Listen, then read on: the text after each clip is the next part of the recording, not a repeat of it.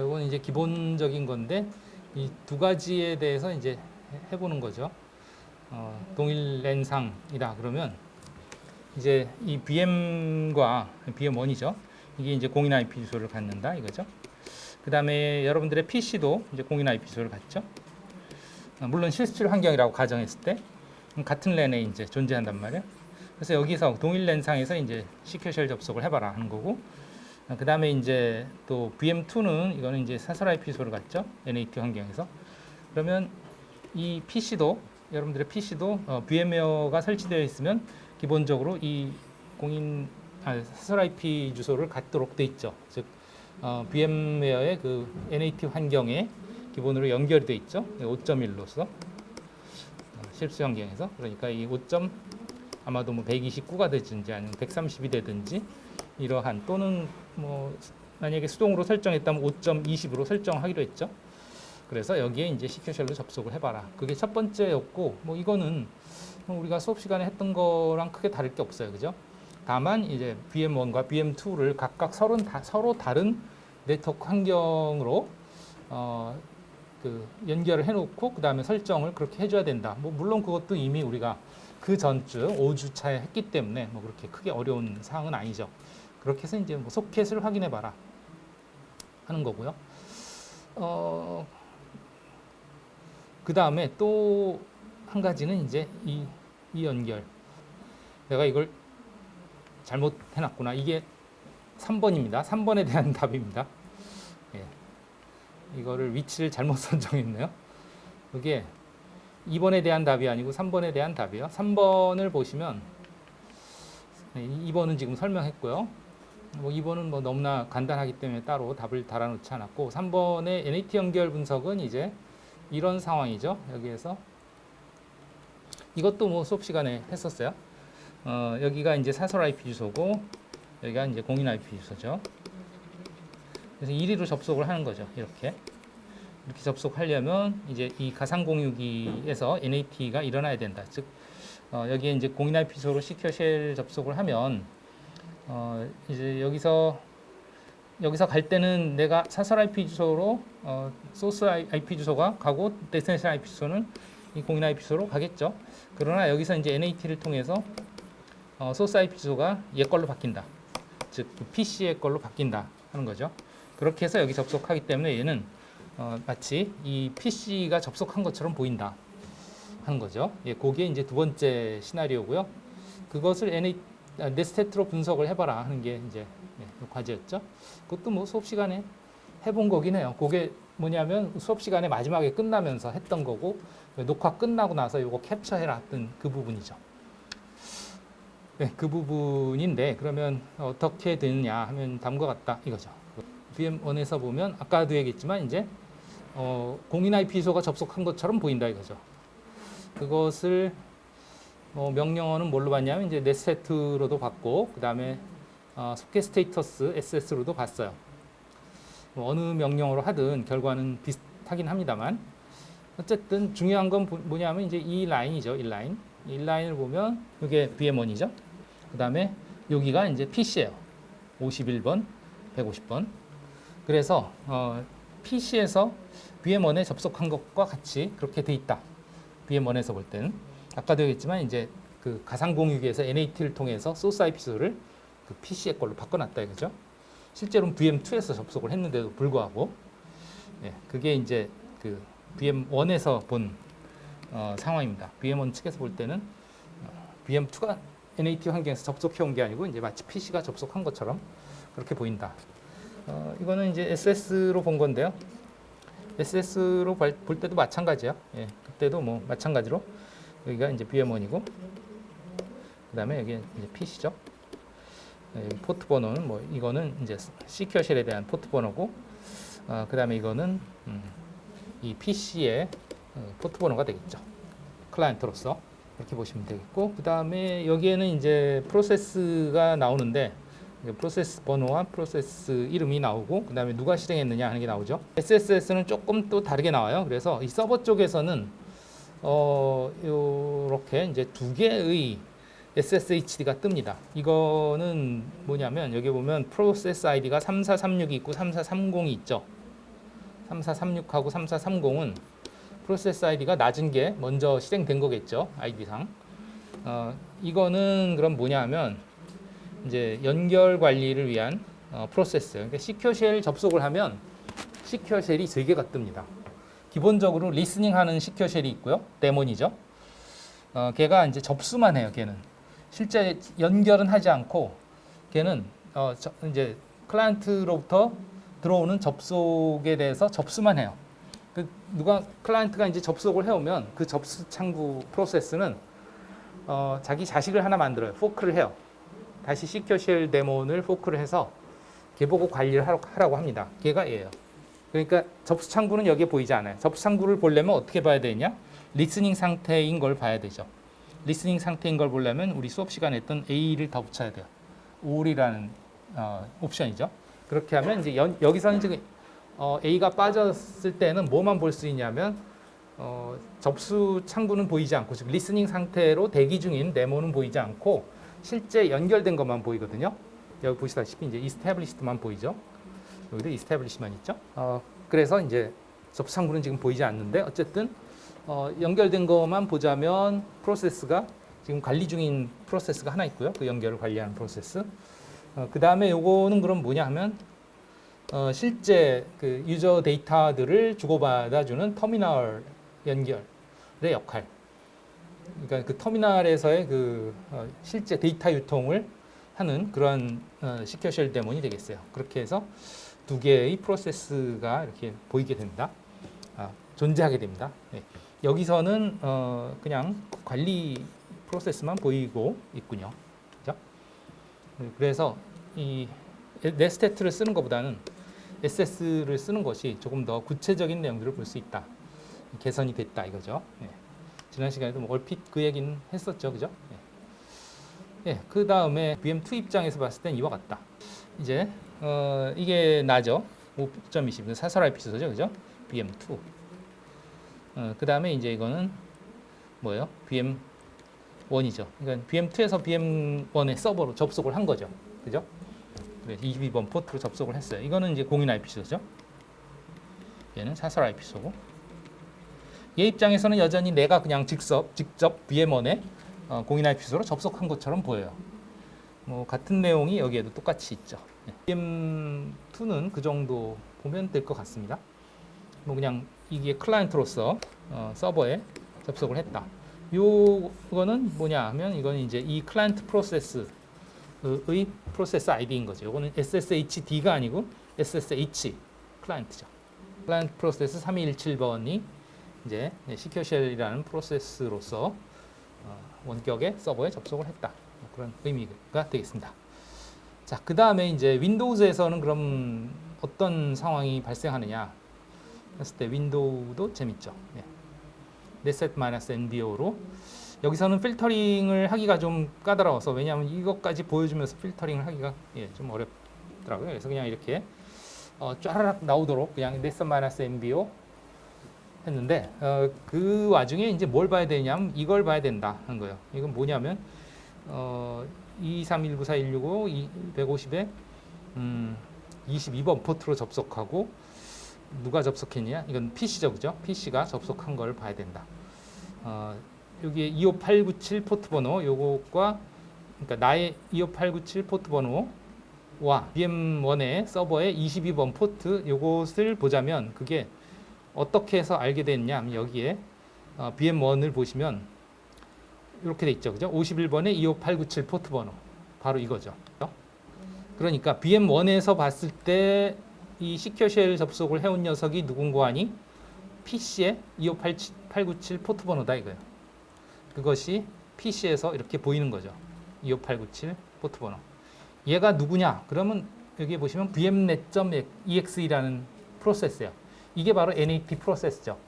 그러니까 마치 공유기와 같은 역할을 하는 공유기에서의 NAT 역할을 하는 그 프로세스가 되겠습니다. 이 프로세스가 이제 VM2에서 접속해온 것을 VM1으로 트랜슬레이션을 해서 넘겨주는 역할을 하는 거죠. VM2에서 이걸로 여기로 접속했다고 했잖아요. 근데 사실은 어디로 접속됐냐? 여기에 가서 얘가 이리로 접속한 거죠.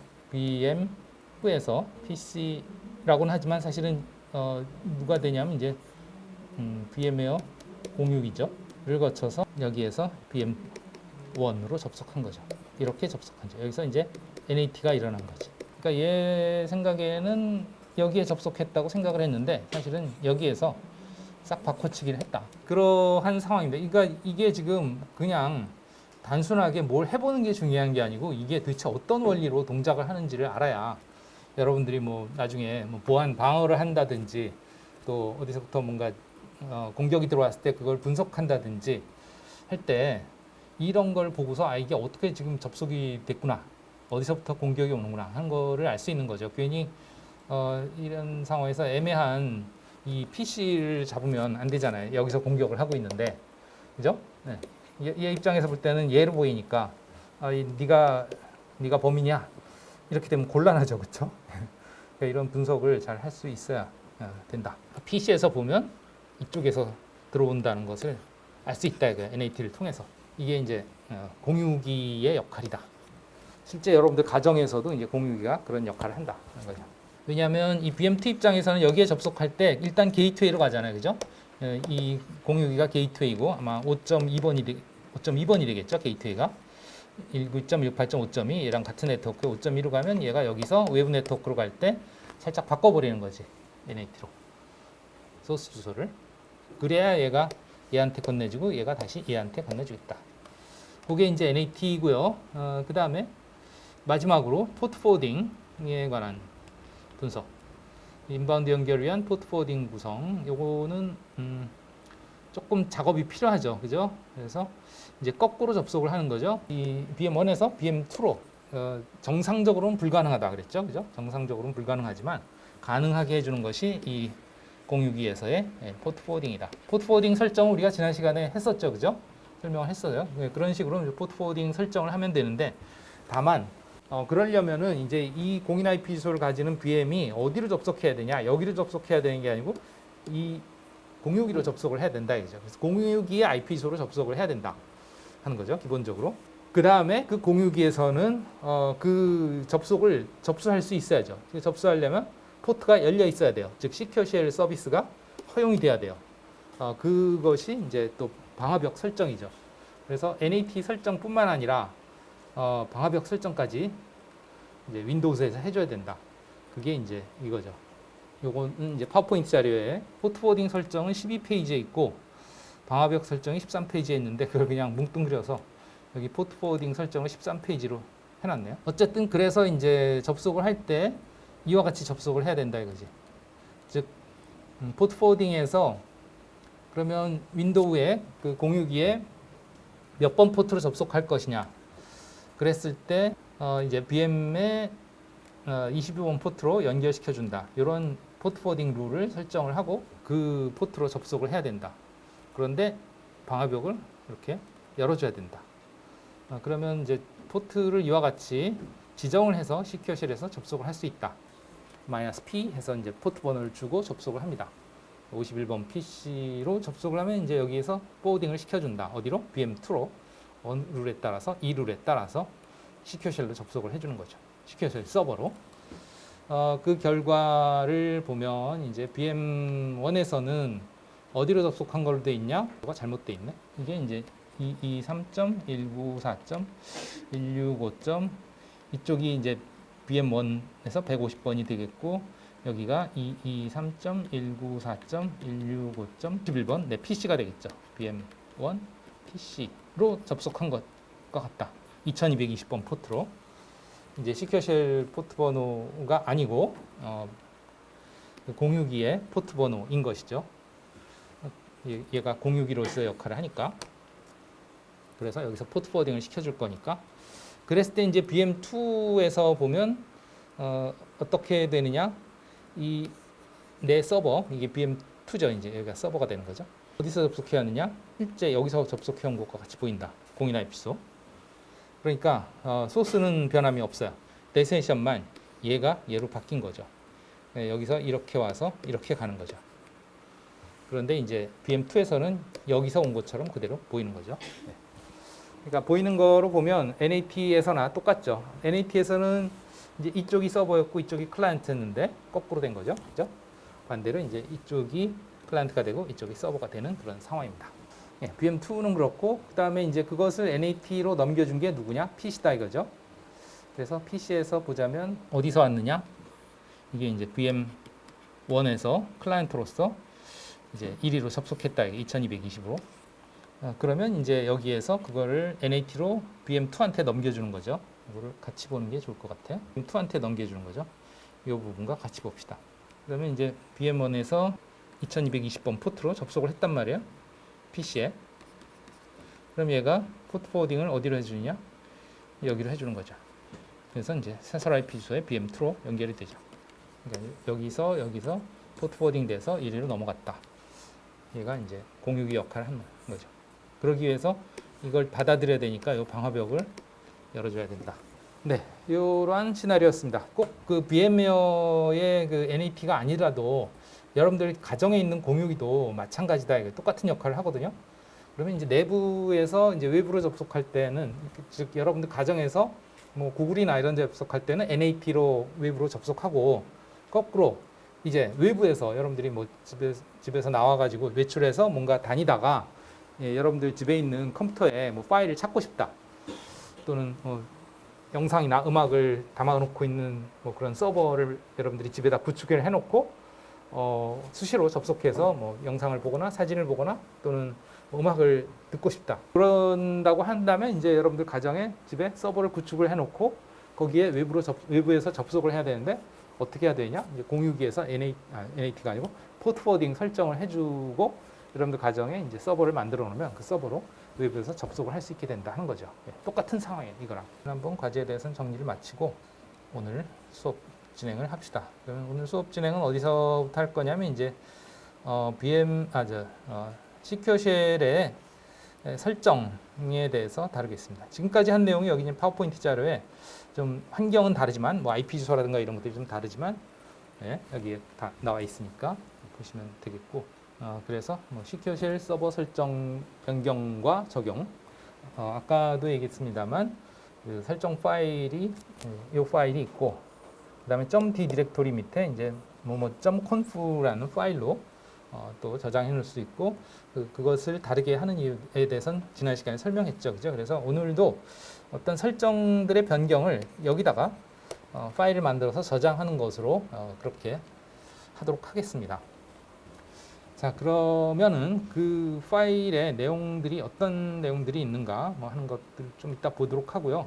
일단은 그러면 뭐 예를 들어서 여기에 어떤 설정을 편집을 해서 저장을 해놨다. 뭐 이런 식으로 동작해라 하고 해놨다 하면 그것을 어떻게 적용을 하느냐 했을 때 이제 systemctl 커맨드를 써서 이 systemctl이 이제 systemd의 어떤 그 서비스 유니트들에 대해서 제어를 할 수 있는 커맨드죠. 그래서 이 시큐어 쉘 데몬의 서비스에 대해서 설정 내역을 여기 있는 이런 설정이나 아니면 이런 설정들을 다시 읽어서 적용해라 하는 것이 이제 릴로드고 아예 처음부터 다시 시작해라. 즉 시큐어 쉘 데몬 서비스를 죽였다가 즉 종료시켰다가 다시 실행해라 하는 게 이제 리스타트. 뭐 두 개 다 가능하다 이거예요. 그런데 다만 리스타트를 할 경우에는 약간 리스크가 있는 것이 그 리스타트 동안에 연결이 접속이 안 되죠. 그 다음에 또 기존에 접속에 문제가 발생할 수도 있어요. 거의 발생하지는 않습니다만, 그러니까 즉 이 리스닝 데몬이 죽었다 살아난다고 해서 뭐 기존의 서비스가 종료가 되지 않을 수도 있는데 종료가 될 수도 있어요. 경우에 따라서 어떤 서비스들은 실제로 이렇게 리스타트를 해버리면 그냥 세션이 끊어져 버리기도 합니다. 시큐어 쉘 데몬, 시큐어 쉘 같은 경우는 잘 끊어지지는 않는 것 같아요. 해보면 어쨌든 그래서 뭐 가능하면 이제 릴로드를 쓰는 것이 좋다 하는 거죠. 그래서 할 시나리오는 뭐냐면 투번호를 공교롭게도 또 2220이라서 좀 헷갈릴 수도 있는데 뭐 이건 뭐 뭘로 하든 상관없어요. 예, 그냥 임의 포트번호로 바꿔서 접속이 되도록 해보자 하는 거예요. 왜 그러냐면 이제 시큐어 쉘이 22번 포트를 쓴다는 것은 누구나 잘 알려져 있기 때문에 그 포트로의 공격이 매우 잦게 일어나요. 자주 일어나요.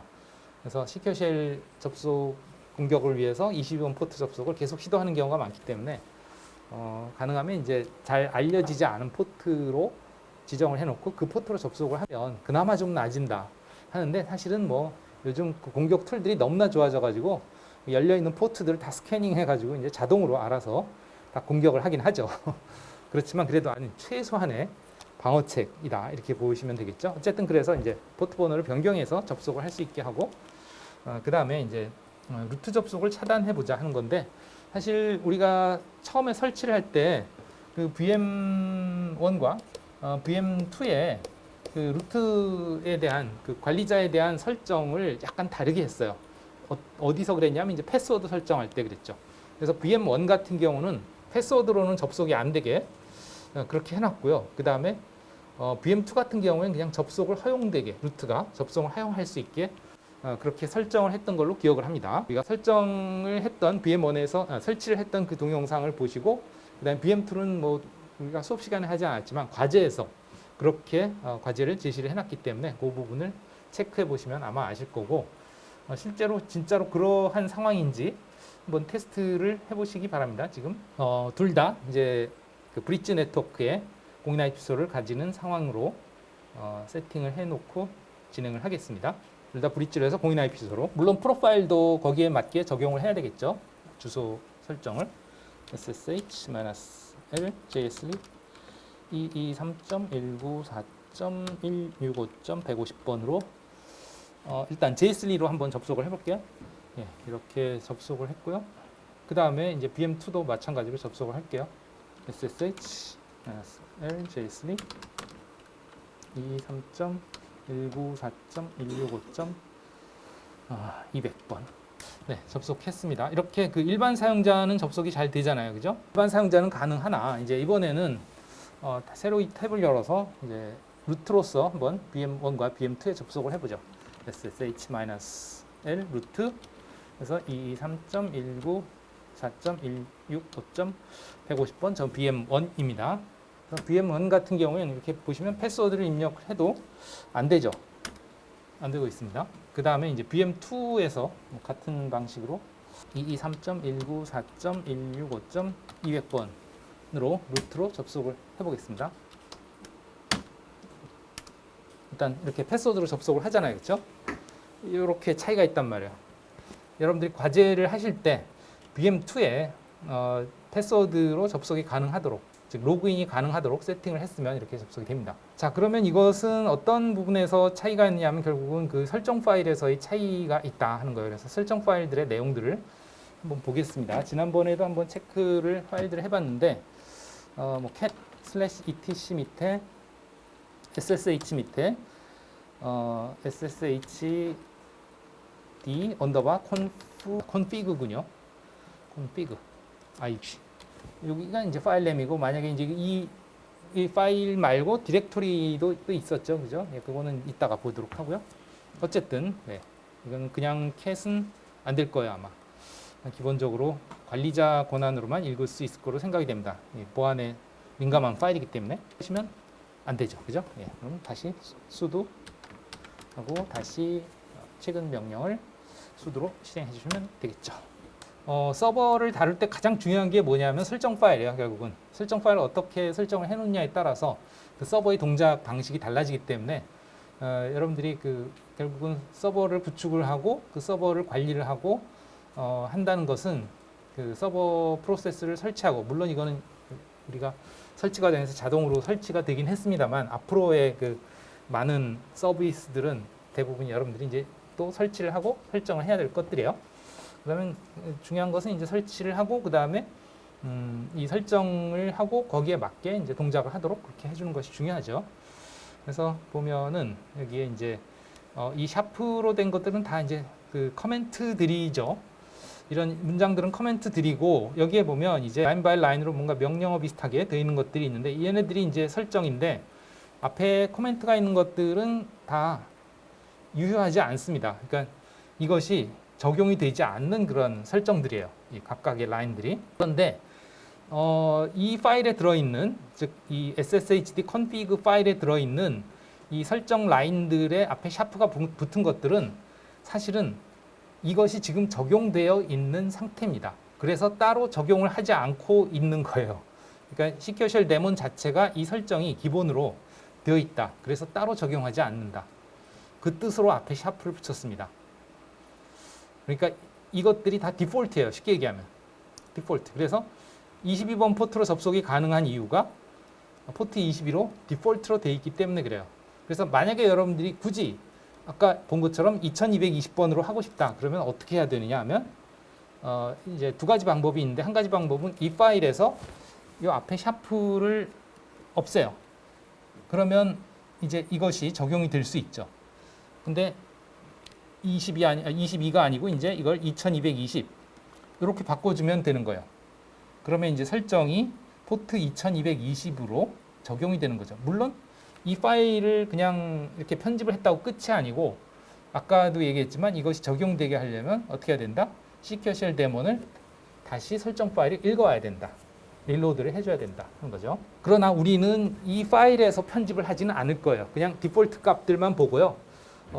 이제 이건 그대로 놔두고서 우리가 바꿀 것들만 새로 config.d 디렉토리 밑에 .conf 파일로 필요한 설정들을 저장을 해놓고 그것이 적용이 되도록 할 예정입니다. 어쨌든 그게 이제 포트 번호 설정이 그러하고요. 그 다음에 또 그럼 또 다른 게 뭐가 있냐? 어드레스 패밀리 any 이거는 뭐냐면 IP 버전 4로 접속이 되거나 IP 버전 6로 접속이 되거나 다 된다. 패밀리라는 게 이제 버전을 의미하는 거예요. 그래서 어느 버전이든 다 허용을 해준다 하는 뜻이고요. 그 다음에 이제 listen address 이거는 뭐냐면 이제 내가 어느 IP 주소로 접속되는 것, 그러니까 나의 IP 주소요. 나의 IP 주소가 여러 개 있기 때문에, 물론 여기는 지금 로컬호스트하고 공인 IP 주소 하나밖에 없긴 하지만, 만약에 NIC가 더 있다면 더 많은 NIC에 더 많은 IP 주소들이 설정이 돼 있겠죠. 그들을 다 접수를 허용할 거냐, 즉 시큐어 쉘을 그 NIC의 IP 주소로 다 접속이 되게 할 거냐 말 거냐에 관련해서 여기에서 0.0.0.0이라는 건 any하고 같다 그랬죠. 즉 어떤 IP 주소, 나의 어떤 NIC IP 주소로 접속을 하든 다 접수해서 허용하겠다 하는 그런 뜻이 되겠다 하는 거고, 이건 IPv4, 요건 IPv6의 그 any에 해당하는 0.0.0.0 또는 128비트 올 제로의 IP 주소가 되어 있습니다. IPv6에. 그 다음에 요거는 이제 호스트 키라고 하는 것은 키 파일들이에요. 키. 그래서 시큐어 쉘은 기본적으로 이제 키 파일을 이용을 해서 상대방과 나를 인증을 하는데 사용을 하는데요. 이 호스트 키는 나를 인증하는데 사용하는 파일이죠. 그리고 그러한 키들을 암호화를 하는데, 암호화할 때 사용하는 그 알고리즘이라고 하는데 방식이죠. 방식이 뭐 RSA 방식, ECDSA 방식, ED2519 방식 뭐 이런 것들이 있어요. 그래서 이 다양한 그 암호화 방식을 사용한 키들이 지금 정의가 돼 있고, 이들을 사용하겠다 하는 거예요. 실제 이 파일들이 보시면은 내용들이 있습니다. 네, 그건 좀 이따 보고요. 지금 이거 먼저 보고 나서 어쨌든 그러한 키들을 이용해서 이제 인증을 하는데 사용하겠다 하는 거고요. 또 여기에서 뭐 로그인 그레이스 타임 2 minutes 이거는 뭐냐면 로그인 프롬프트가 떴을 때 입력을 하지 않고 몇 분 동안 기다릴 거냐, 2분 동안 기다리겠다. 그러니까 2분 동안 기다리다가 입력이 없으면 그냥 종료시켜 버리는 거예요. 그러니까 2분 안에 로그인을 해라 하는 소리죠. 쉽게 얘기하면. 그 다음에 퍼밋 루트 로그인, 바로 이 부분이 이제 이 VM이 연결이 안 되는 이유예요. 루트로서. 퍼밋 루트 로그인, 프로히빗 패스워드라고 되어 있습니다. 그래서 루트 로그인을 허용을 하는 조건은 어떤 때냐 하면은 프로히빗 패스워드, 패스워드로서는 금지돼 있다. 즉 아까 여기서 내가 패스워드를 입력을 해서 로그인을 하려고 했잖아요. 그게 프로히빗, 금지돼 있는 상황이에요. 그래서 패스워드 입력으로 안 됩니다. 그럼 우리는 이걸 어떻게 할 거냐? 이거 이제 다음 시간에 뭘 할 거냐면, 아까 얘기했듯이 이제 사용자의 인증을 이런 패스워드 방식이 아닌 키 인증 방식으로 바꿀 거예요. 그러면 이제 키로서 패스워드 입력 없이 키로서 바로 인증을 하게 할 수 있고, 그것은 허용을 해주겠다 하는 뜻이에요. 여기에서 패스워드는 금지하지만 키는 허용을 한다. 그런 의미가 되겠습니다. 그래서 이따가 이제 VM의 그 키로 로그인 할 수 있는 그런 설정을 해보고 루트를 키로서 로그인이 되는지 한번 테스트를 하겠습니다. 그 다음에 max authorize 6 이거는 뭐 최대 그 로그인의 try, 그러니까 뭐 패스워드 틀렸거나 키를 잘못했거나 했을 때 다시 입력하세요, 다시 입력하세요 이거죠. 몇 번 허용할 거냐? 최대 6번까지 허용하겠다. 그런 뜻이죠. 그러니까 뭐 실수해서 타이핑을 잘못할 수 있으니까 그다음에 맥스 세션 10 이거는 뭐냐면 이제 최대 시큐어쉘 연결을 몇 개까지 허용시켜 줄 거냐 하는 거죠. 10개까지 허용을 시켜 주겠다. 그다음에 여기 public authentication key yes 이게 public key authentication 이게 바로 이제 그 키 방식으로 인증으로 로그인이 가능하냐 패스워드 대신에 yes인 거죠. 그러니까 이렇기 때문에 이제 키 방식으로 했을 때 로그인이 가능하고 패스워드는 루트의 경우에는 이제 안 된다 하는 거죠. 그러니까 지금 현재 패스워드 입력 방식 또 키 인증 방식 둘 다 되는데 루트는 그것이 패스워드는 막혀 있는 거예요. 그렇게 이해하시면 되겠고요. 다음에 여기 뭐 퍼밋 empty passwords no 이거는 이제 패스워드 없이 그냥 로그인이 되느냐, 그러니까 아이디만 로그인 아이디만 치고 바로 접속이 되느냐, no 안 된다. 그다음에 여기 뭐 게이트웨이라든가 뭐 포트포워딩과 관련된 거는 우리가 뒤에 또 다룰 거니까 그때 보도록 하겠고요. 또 뭐 print motds 이거는 뭐냐면 이제 MOTD 메시지 오브 더 데이죠. 로그인했을 때 보여주는 문구들 그것들을 허용할 거냐 허용시켜라. etc 밑에 MOTD 파일에 있는 그 내용들을 로그인했을 때 자동으로 출력시켜주고 우리가 이거는 이제 1학년 2학기 때 시스템 운영하면서 해봤었죠, 그죠? 그래서 저 같은 경우에 이제 로그인하면 쫙 그 아스케 그 문자 아트가 딱 뜨도록 그렇게 데모를 보여드린 적이 있었죠, 그죠? 뭐 그런 다양한 그것들을 지정을 할 수가 있다. 이 배너 같은 경우에는 이제 로그인을 하기 전에 로그인 프롬프트 전에 뿌려주는 문구죠. 보통 경고 문구를 띄운다고 얘기를 했는데 이제 배너의 경우 이것도 etc 밑에 이제 배너 파일 또는 etc 밑에 banner.net 파일 등등을 이용을 하게 되는데 여기선 배너를 띄워주지 않도록 그렇게 했습니다. 뭐 등등 여러 가지 설정들이 있다 하는 거고요. 아까 그 키 파일 파일이 같은 이름으로 두 개가 있습니다. 사실 여기에 뭐 지난번에도 봤습니다만 ls-l etc 밑에 ssh 이렇게 그 개인 키가 있고 그 다음에 펍 공개 키가 있는데 그건 나중에 설명하겠고 어쨌든 이런 키들이 있다 하는 거고 이 키 파일들의 내용을 뭐 cat 명령으로 볼 수가 있겠죠. 그거는 나중에 보도록 합시다. 쉬는 시간이 지났으니까 쉬었다 합시다.